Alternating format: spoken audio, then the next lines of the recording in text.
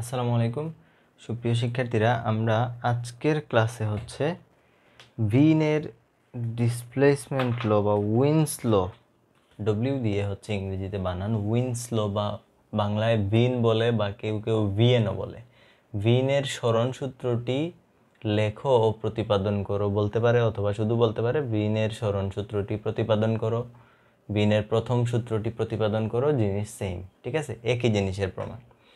এখন কথা হচ্ছে যে প্রশ্ন যদি করে ভিনের সরণ সূত্রটি লেখো ও ব্যাখ্যা করো বা বিবৃত ও ব্যাখ্যা করো, তাহলে কিন্তু প্রতিপাদন করা লাগবে না, শুধুমাত্র এই অংশগুলো লিখে দিলেই হবে। বুঝতে পারছেন? এই এতটুকু অংশ লিখে দিলেই হবে, শুধুমাত্র এতটুকু অংশ লিখে দিলেই হবে। যদি আপনাকে বলে হচ্ছে যে বিবৃত ও ব্যাখ্যা করো, তাহলে এতটুকু দিলেই হবে। চাইলে আপনি বাংলা আরও কিছু কথা অ্যাড করতে পারবেন, কিন্তু হচ্ছে প্রতিপাদনটা দেখানো লাগবে না। যদি প্রতিপাদন করতে বলে তাহলে আগে এই এতটুকু অংশ লিখতে হবে, তারপরে গিয়ে আমরা এখান থেকে প্রতিপাদন শুরু করব।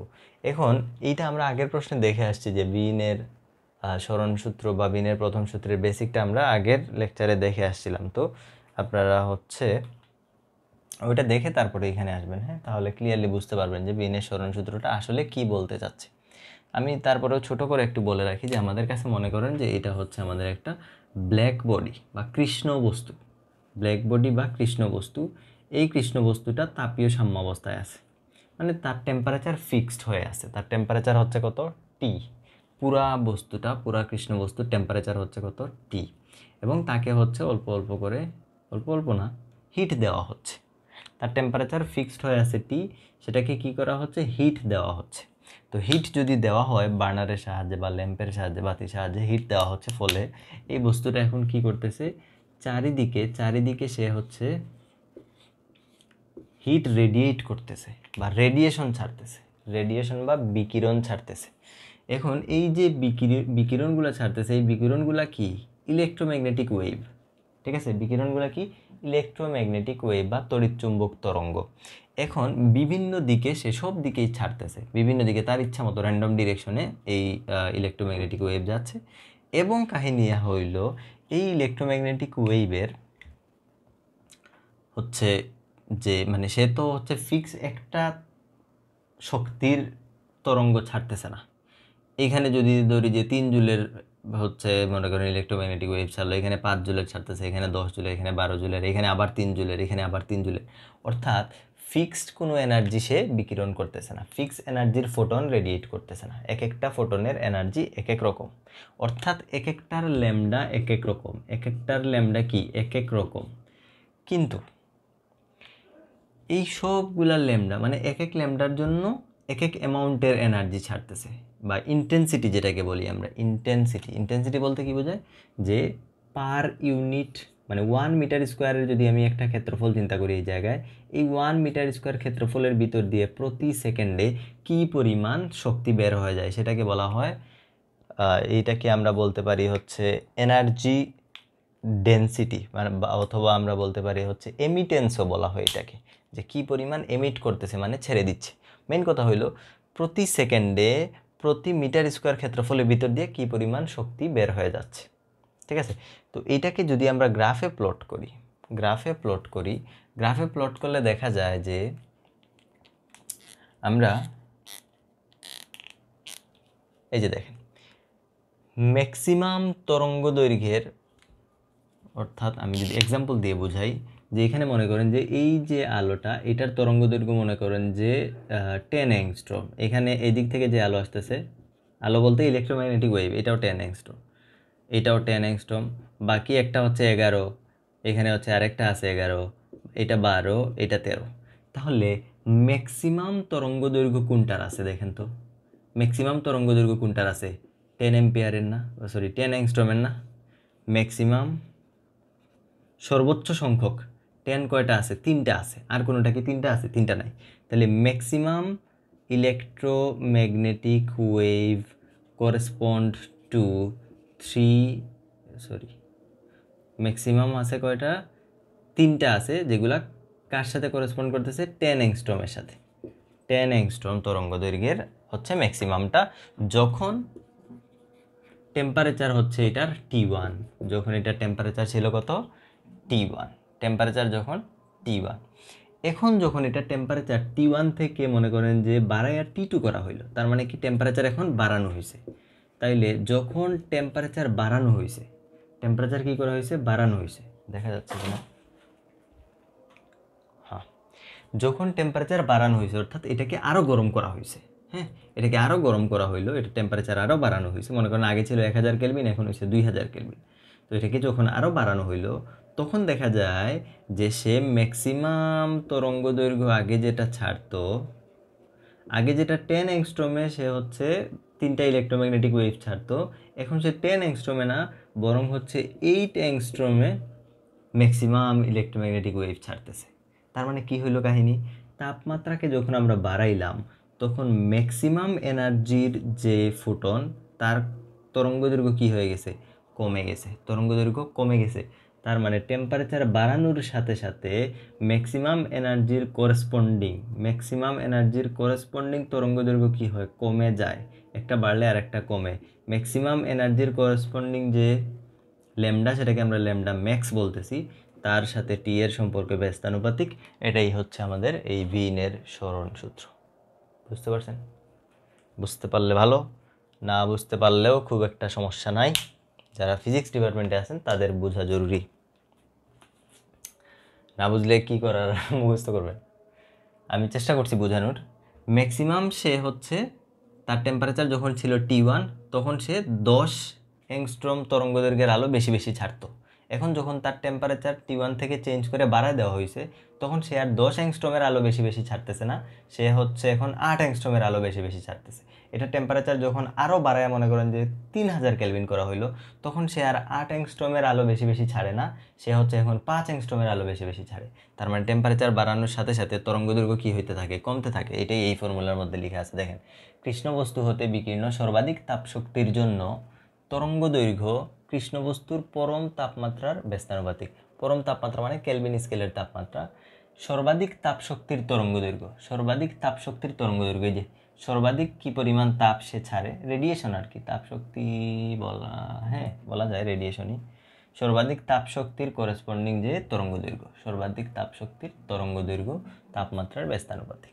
এই যে তাপমাত্রার ব্যস্তানুপাতিক, তাহলে এটা ইকুয়াল টু সমানুপাতিক চিহ্ন সরালে একটা ধ্রুবক আসে, সেই ধ্রুবক হচ্ছে বি ডিভাইডেড বাই টি।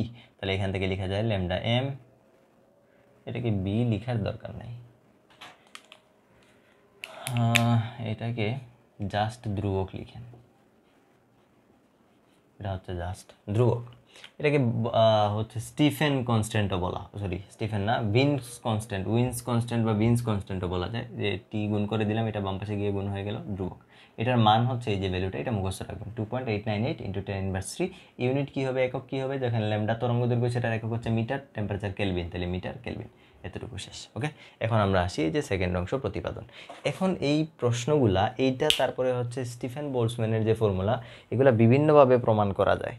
হচ্ছে আপনার থার্মোডাইনামিক্স ইউজ করেও করা যায়, আবার হচ্ছে এই প্লাঙ্কসের ফর্মুলা থেকেও করা যায়, যে কোনোটা করলেই হবে। এমন না যে আমি লম্বা করে করলে মার্ক বেশি পাবো, বিষয়টা তা না। যেহেতু আমাদের সিলেবাসের মধ্যে, আমাদের বইয়ের মধ্যে প্লাঙ্কের ফর্মুলাটা আগে প্রমাণ করা আছে, সো আমরা প্লাঙ্কের ফর্মুলাটা ইউজ করতে পারবো, তাতে কোনো সমস্যা নাই, ফুল মার্কসই আপনারা পাবেন, ঠিক আছে। এখন আসেন প্লাঙ্কের বিকিরণ সূত্র হতে আমরা এই যে এটা জানি, এটা হচ্ছে প্লাঙ্কের বিকিরণ সূত্র থেকে আমরা জানি, এটা মুখস্থ রাখতে হবে। প্লাঙ্কের বিকিরণ সূত্র কৃষ্ণবস্তুর ক্ষেত্রে প্লাঙ্কের বিকিরণ শক্তির ফর্মুলা হচ্ছে এই যে, এটা কখনো কখনো বইয়ে এখানে ডি ল্যামডা দেখতে পারেন, ডি ল্যামডা থাকতে পারে, এখানেও ডি ল্যামডা থাকতে পারে, ওই দুই সাইড থেকে ডি ল্যামডাটা সরাই দিয়ে আমরা হচ্ছে এই যে এটা লিখতেছি। হ্যাঁ, এটা দিয়ে কি বোঝাচ্ছে, এটা হচ্ছে এনার্জি ডেন্সিটি। ই ল্যামডা হচ্ছে কি এনার্জি ডেন্সিটি, ল্যামডা তরঙ্গ দৈর্ঘ্যের কি পরিমাণ এনার্জি আছে পার ইউনিট ভলিউমের মধ্যে, এই কৃষ্ণবস্তুর একক মিটার কিউব জায়গার মধ্যে, 1 মিটার কিউব ক্ষুদ্র ভলিউমের মধ্যে ল্যামডা তরঙ্গ দৈর্ঘ্যের কি পরিমাণ শক্তি আছে, সেটা হচ্ছে ই ল্যামডা। যাই হোক, ওটা আমরা ইয়ের ফর্মুলাতে আলোচনা করছি যখন প্লাঙ্কেরটা যখন প্রমাণ করি তখন। তাহলে এটাকে আমরা ইকুয়েশন 1 দিলাম, 8πhc ডিভাইডেড বাই λ⁵ 1/e⁻hc/λkt -1। ফর্মুলাটা একটু মনে রাখেন। এখন আমরা যেটা করব সেটা হচ্ছে ল্যামডা এর সাপেক্ষে দুই পাশে ডিফারেন্সিয়েশন করব। তাহলে ল্যামডা এর সাপেক্ষে অন্তরীকরণ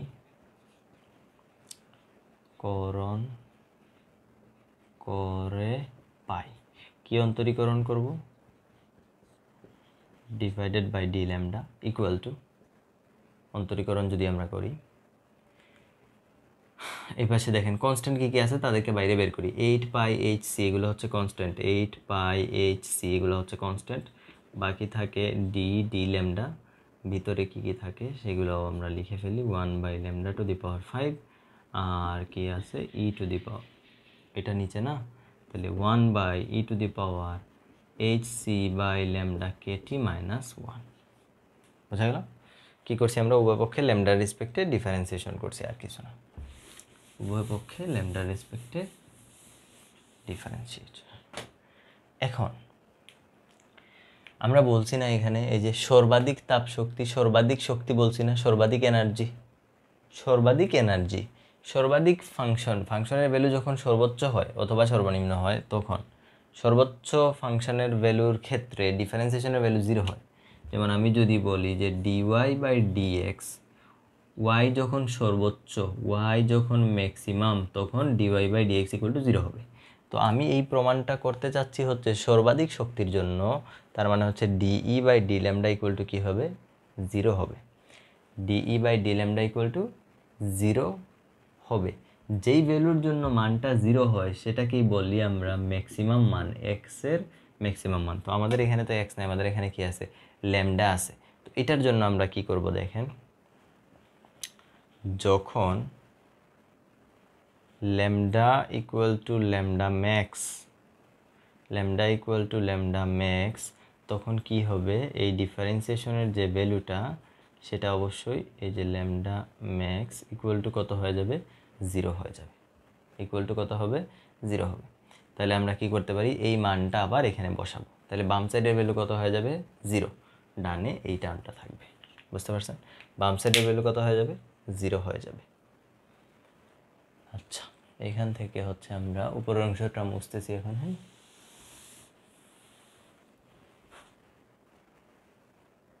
এখন খেয়াল করেন, এতটুকুর পরে এখন আমরা বাম সাইডের ভ্যালু কত পেয়ে গেলাম, 0। 0 ডিভাইডেড বাই, এটা কি বামে এসে ভাগ হয়ে যাবে না, এটা বামে এসে ভাগ হয়ে যাবে, তাহলে কি থাকলো, এটা আর থাকলো না, বামে চলে আসলো 0। তাহলে দেখেন 0 = ডানে থাকে এই যে এতটুকু অংশ ডানে থাকে ডি ল্যামডা। ভিতরের অংশকে একটু সাজাই লিখতেছি, দেখেন λ⁵ আছে না, এটাকে যদি উপরে নিয়ে যাই তাহলে ল্যামডা ইনভার্স 5 হয়ে যায়, ল্যামডা ইনভার্স 5। আবার এই যে ভ্যালুটা আছে, এই যে এটার পাওয়ার কত আছে, 1, এটাকে উপরে নিয়ে গেলে ইনভার্স 1 হয়ে যাবে। তার মানে হচ্ছে e⁻hc/λkt -1 পাওয়ার কত হয়ে গেল, -1। এটাকে ডানে নিয়ে যাচ্ছি, এটা 0 না, এটা ভাগ হয়ে বামে 0 ছিল, সেই 0টাকে এখন আমরা ডানে লিখে দিছি, আর কিছু না। বোঝা গেল কি করছি, λ⁵ নিচে ছিল, সেটাকে উপরে নিয়ে গেলে λ⁵ e⁻hc/λkt -1 এটা ছিল, তার সামনে এখন কি দিয়ে দিলাম, -1। আগে নিচে ছিল, এটাকে উপরে নিয়ে গেছি, এখন -1। এখন কাহিনী হচ্ছে যে এখানে ল্যামডা আছে, এখানে ল্যামডা আছে, এটার ভিতরেও ল্যামডা আছে, তাহলে দুইটা ফাংশন না, এখানে ল্যামডার ফাংশন দুইটা। আমরা জানি ডিফারেন্সিয়েশনের রুল হইল, ভিতরে যদি দুইটা ফাংশন থাকে ইউ/বি, তাহলে ইউকে রেখে বিকে ডিফারেন্সিয়েট করতে হয়, প্লাস বিকে রেখে ইউকে ডিফারেন্সিয়েট করতে হয়। ঠিক আছে, এটা হচ্ছে ফর্মুলা, একটাকে রেখে আর একটাকে ডিফারেন্সিয়েশন করতে হয়। তো প্রথমে যদি আমরা এই যে এটার ডিফারেন্সিয়েশন করে ফেলি, λ⁵ এটাকে আস্ত রাখবো, যেভাবে আছে ওইভাবে থাকবে, এটার ডিফারেন্সিয়েশন করতেছি। তো এটার ডিফারেন্সিয়েশন করলে আনসার কত আসবে বলেন তো, -5 x⁴n এর ফর্মুলা, তাই না? তাহলে -5 চলে আসলো, পাওয়ার 1 কমবে, -5, তার সাথে কি হবে, dx x⁴n কি হয়, n x⁴n -1। তো আমাদের এখানে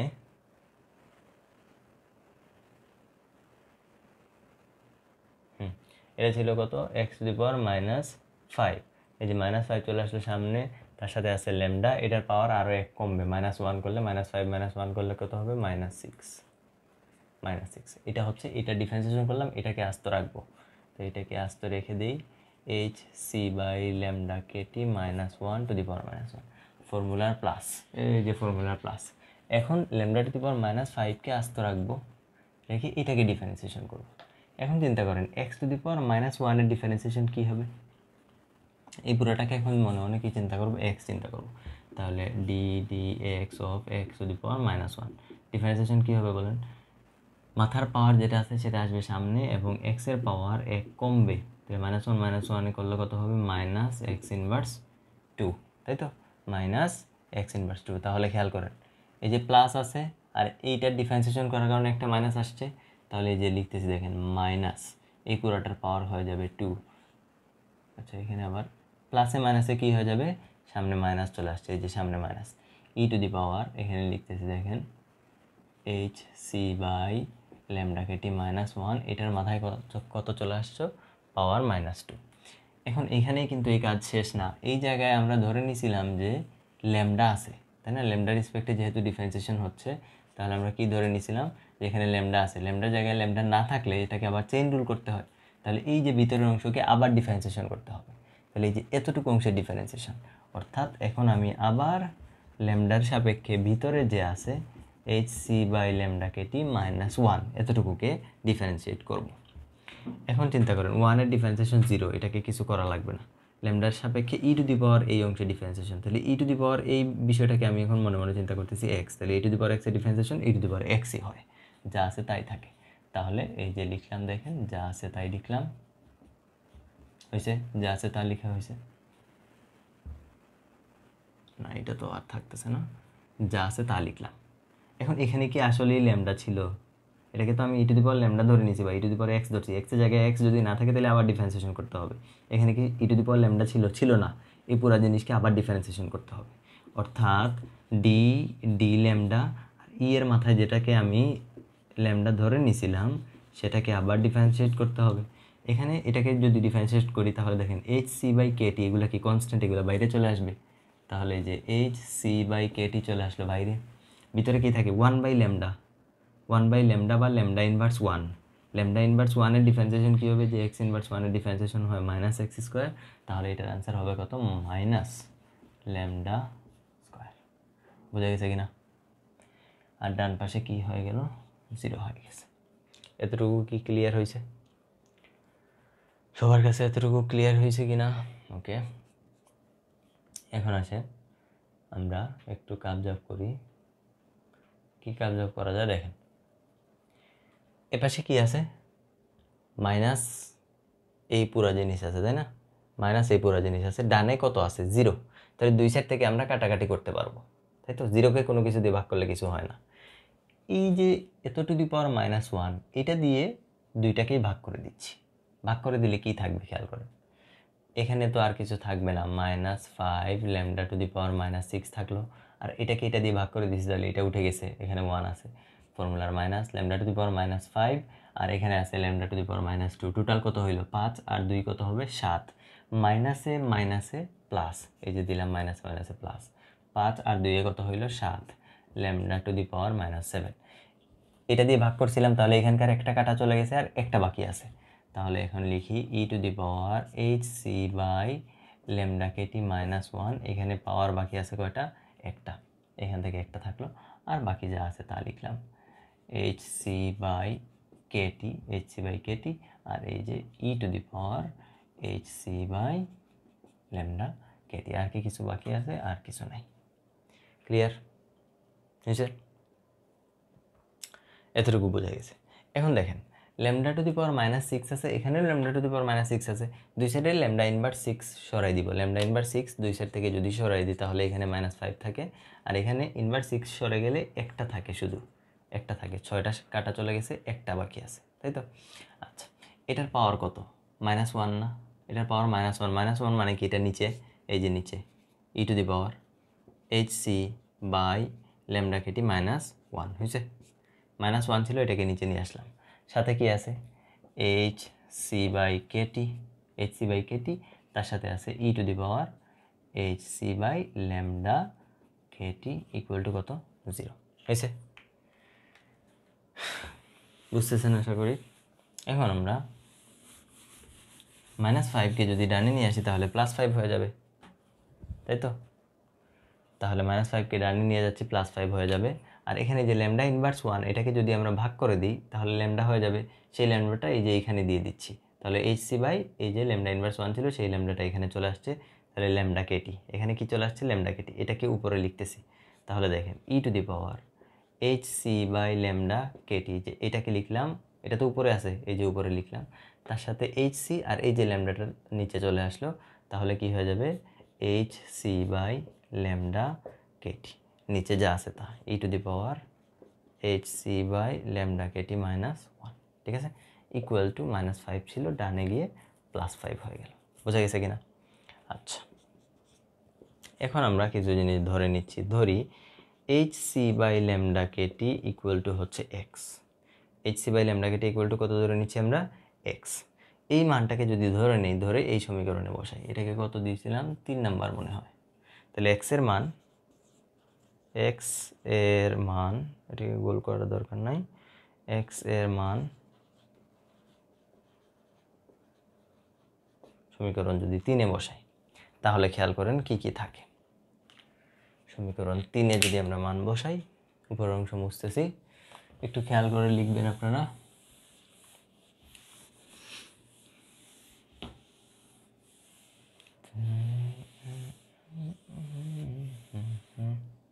আচ্ছা, এখন খেয়াল করেন h C by lambda Katie equal to x, তাহলে e to the power h C by lambda kT মানে কি হয়ে গেল? E to the power x, e to the power x.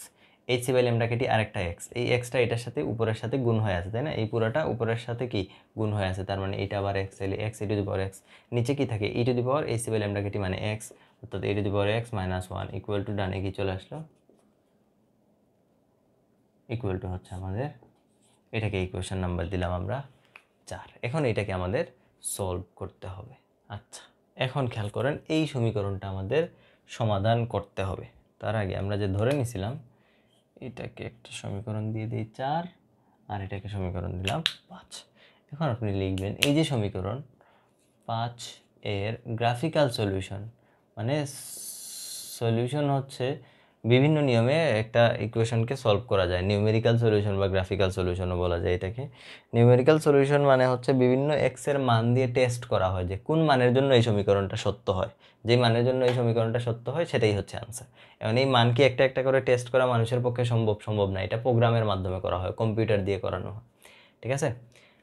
তো যারা হচ্ছে কম্পিউটেশনাল ফিজিক্স বা হচ্ছে আপনারা যারা ম্যাথ ডিপার্টমেন্টে যারা আছেন, আপনাদেরও তো আছে এটা, এই কোর্সের নাম কি?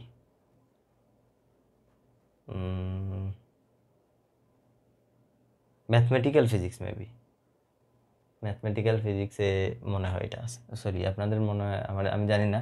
ফিজিক্সে হচ্ছে ম্যাথমেটিক্যাল ফিজিক্সেও পড়ানো হয়, আবার হচ্ছে কম্পিউটেশনাল ফিজিক্সেও পড়ানো হয়। আচ্ছা, এখন কি বলে 5-এর গ্রাফিক্যাল সলিউশন, 5 নাম্বার যে সমীকরণ, এটাকে যদি আমরা সলভ করি, মানে গ্রাফিক্যালি যদি সলভ করি, তাহলে এক্স এর মান পাওয়া যায় 4.965। এটা হচ্ছে, এটা তো এখানে দেখানো সম্ভব না, গ্রাফিক্যাল সলিউশন পাওয়া যায়, সলিউশন এক্স এর মান 4.965, এটা হচ্ছে গ্রাফিক্যাল সলিউশন। কার গ্রাফিক্যাল সলিউশন? এক্স এর মান, সমীকরণ 5-এর গ্রাফিক্যাল সলিউশন, ঠিক আছে? এটা হচ্ছে একটু কষ্ট করে আপনার মুখস্থ রাখতে হবে। এক্স ইকুয়াল টু কত? 4.965। এই মানটাকে এই যে সমীকরণ এখন কততে বসাই দিব? 4-এ। তাহলে এক্স এর মান সমীকরণ 4-এ বসা, 4-এ যদি বসাই তাহলে কি পাওয়া যাবে? H C by lambda Katie equal to 4.965 equal to হচ্ছে ধ্রুবক, ধ্রুবক কত ধরা যায়? ধ্রুবক ধরে নিলাম যে হচ্ছে বি ইকুয়াল টু হচ্ছে ধ্রুবক, ঠিক আছে? বি অথবা এ ধরে নেন, কোনো সমস্যা নেই। এখান থেকে আমাদের কি কি দরকার? ল্যামডা এবং টি এর ভ্যালু দরকার, বাদ বাকি কোনো কিছু আমাদের দরকার নাই। তাহলে ল্যামডা টি, এটাকে হচ্ছে আমরা ডানে নিয়ে যাব আর এটাকে নিচে নিয়ে আসবো। তাহলে কি থাকে দেখেন, H C divided by A equal to কি থাকে? Lambda T. এখন এইচ ধ্রুবক, সি হচ্ছে আলোর বেগ, সেটা ধ্রুবক, এও কি ধ্রুবক, সব কিছু কি ধ্রুবক না? এই সব কিছু কি ধ্রুবক না? তাহলে H C by A equal to কি পাওয়া গেল? ধ্রুবক, বা ধ্রুবক ইকুয়াল টু এটা ল্যামডা ম্যাক্স ছিল, যেখানে যেখানে ল্যামডা পাবেন, এটা আসলে ল্যামডা ম্যাক্স হবে, ল্যামডা এম লিখবেন। আমি যেই লাইনে হচ্ছে D E by D lambda equal to 0 বসাইছি না, বসানো হয়েছে, এরপরের সবগুলা লাইনে হচ্ছে ল্যামডার জায়গায় ল্যামডা ম্যাক্স বসাবেন। যেখানে যেখানে ল্যামডা আছে সেই জায়গায় ল্যামডা ম্যাক্স বসাবেন, ল্যামডা এম বসাবেন। ঠিক আছে, তো lambda M into T, lambda M সাথে থাকবে টি, তাহলে এখান থেকে অথবা ল্যামডা এমকে যদি আমরা রেখে দেই তাহলে কি থাকবে, টিটা ভাগ হয়ে যাবে ধ্রুবক ডিভাইডেড বাই টি। সুতরাং